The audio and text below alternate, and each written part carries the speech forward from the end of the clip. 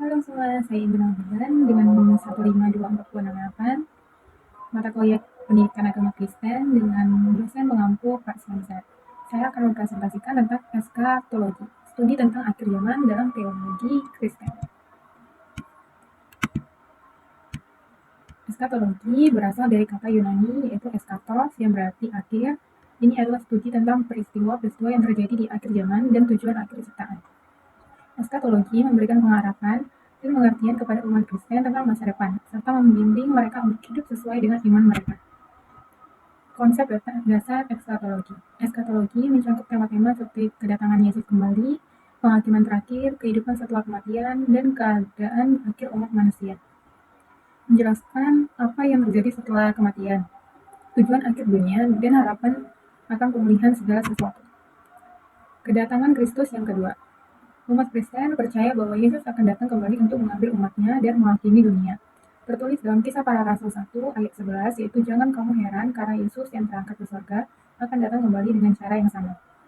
Ini menegaskan keyakinan bahwa kedatangan Yesus yang kedua akan terjadi secara fisik dan nyata, sama seperti ketika dia naik ke surga. Pengangkatan atau rapture. Pengertian pengangkatan. Kejadian di mana orang percaya akan diangkat ke surga sebelum masa kesusahan yang besar. Tertulis dalam 1 Tesalonika 4 ayat 16-17. Karena pada saat ini sangkakala Allah yang terakhir akan turun dari surga, dan kita yang hidup akan diangkat bersama-sama dengan mereka. Ayat ini menggambarkan harapan akan pengangkatan orang percaya, memberikan keyakinan bahwa mereka akan bersatu dengan Tuhan di surga. Masa kesusahan. Masa di mana akan ada penderitaan dan kesulitan yang besar sebelum kedatangan Kristus. Tertulis dalam Matius 24 ayat 21, sebab pada masa itu akan ada kesusahan yang besar seperti yang belum pernah terjadi sejak awal dunia. Ini menekankan intensitas penderitaan yang akan dialami, menunjukkan perlunya kesiapan spiritual di kalangan orang percaya. Penghakiman terakhir. Masa penghakiman. Semua manusia akan dihadapkan pada penghakiman Allah, di mana setiap perbuatan akan diperhitungkan.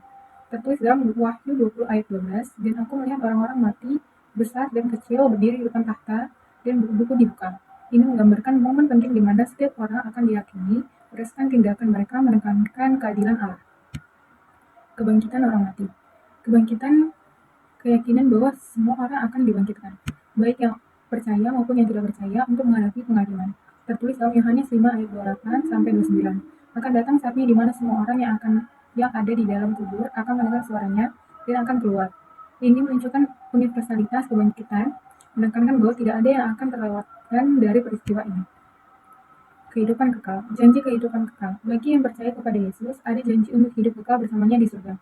Tertulis dalam Yohanes 3 ayat 16. Karena Allah begitu mengasihi dunia ini, sehingga ia telah mengaruniakan anaknya yang tunggal.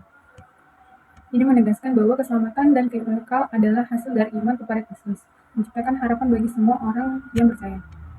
Keberadaan neraka. Tempat hukuman bagi mereka yang menolak Allah dan tidak percaya kepadanya. Tertulis dalam Matius 25 ayat 46. Dan mereka ini akan masuk ke dalam siksaan yang kekal, tetapi orang-orang benar ke dalam hidup yang kekal. Ini menggarisbawahi kenyataan tentang neraka sebagai siksaan kekal, menunjukkan pentingnya memilih untuk hidup dalam iman. Surga. Tempat kediaman bagi orang percaya yang dipenuhi dengan sukacita, damai, dan kehadiran Allah. Tertulis dalam Wahyu 21 ayat 4, ia akan menghapus segala air mata dari mata mereka, dan maut tidak akan ada lagi. Ini menekankan harapan akan keadaan kekal yang sempurna dan bebas dari penderitaan, sebagai janji bagi mereka yang percaya. Peran Roh Kudus dalam eskatologi. Roh Kudus sebagai penuntun. Roh Kudus membimbing dan mengingatkan orang percaya tentang kebenaran, termasuk hal-hal yang akan datang. Tertulis dalam Yohanes 16 ayat 13, tetapi apabila ia datang, yaitu Roh kebenaran, ia akan menuntun kamu ke dalam seluruh kebenaran.